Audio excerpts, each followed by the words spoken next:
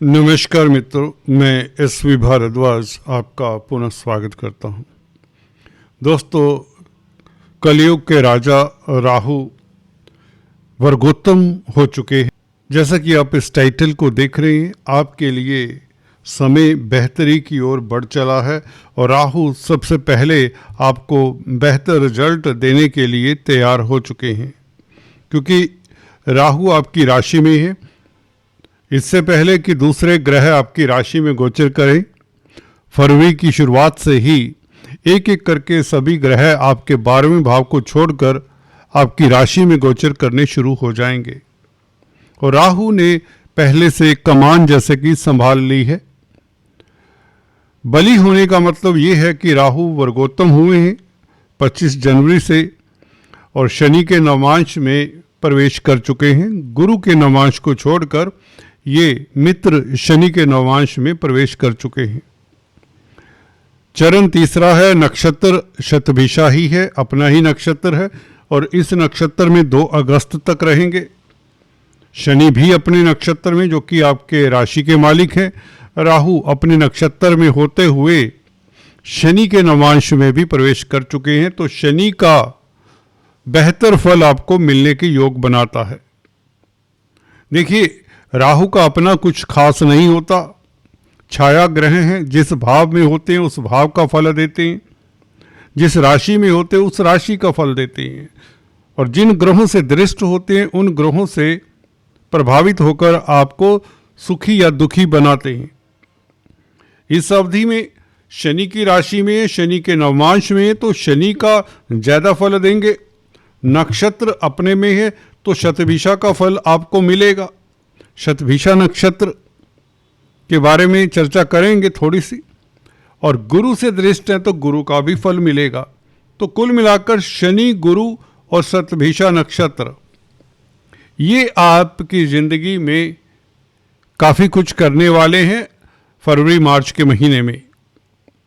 जी हाँ दोस्तों, राहु का ये उच्च जैसा फल देना, बल्कि उच्च से भी बेहतर होता है। वर्गोत्तम प्लेनेट लगन में बैठा हो, राशि में बैठा हो, और राहु किसी परिपाटी को बिलीव नहीं करता।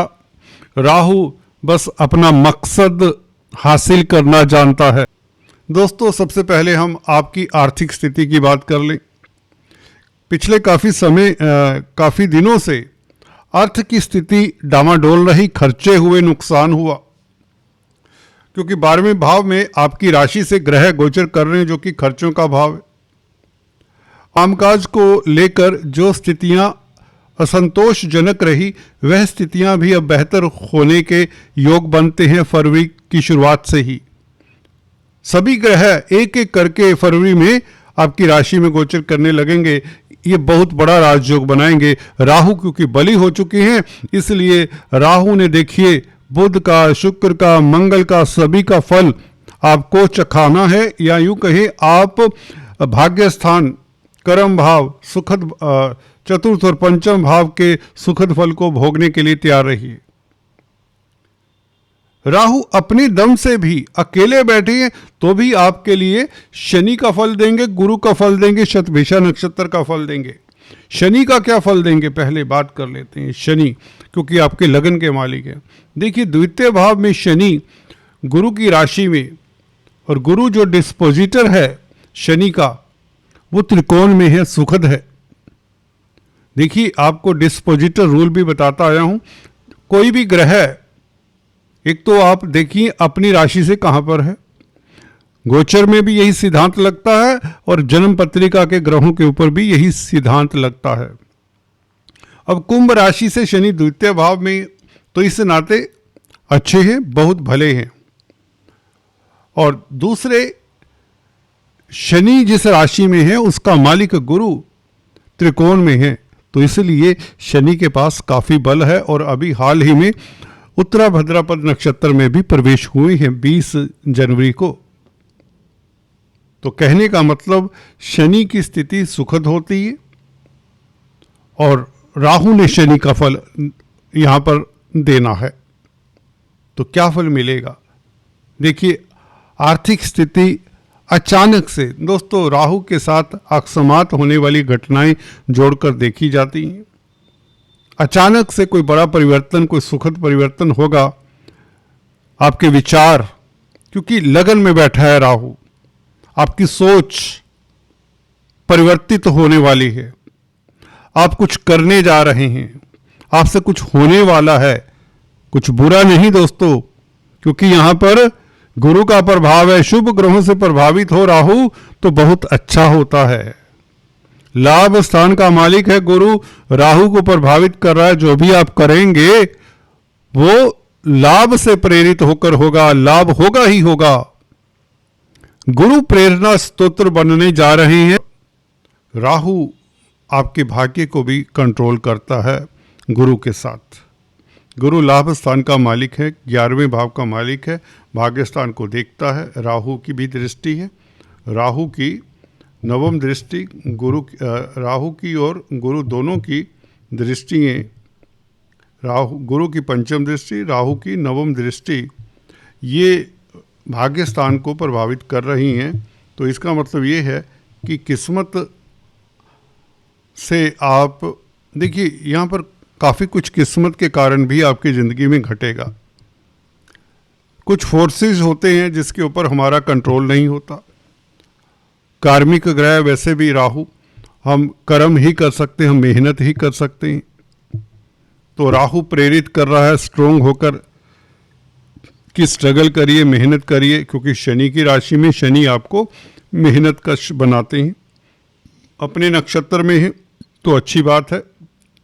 शनि की परिपाटी पर चलते हुए या यूँ कहीं स्ट्रगल करते हुए, मेहनत करते हुए आप आगे बढ़ते चले जाएं तो ये भाग्य कभी ना कभी उदय करने के योग बनाता है, राहु का स्ट्रोंग होना। और गुरु भी दोस्तों पंचम दृष्टि से भाग्य स्थान को देखते हैं, तो इसका मतलब ये हो जाता है कि आपके रास्ते में आ रही दुविधाएं देवगुरु बृहस्पति भी चुन चुनकर समाप्त करने वाले हैं।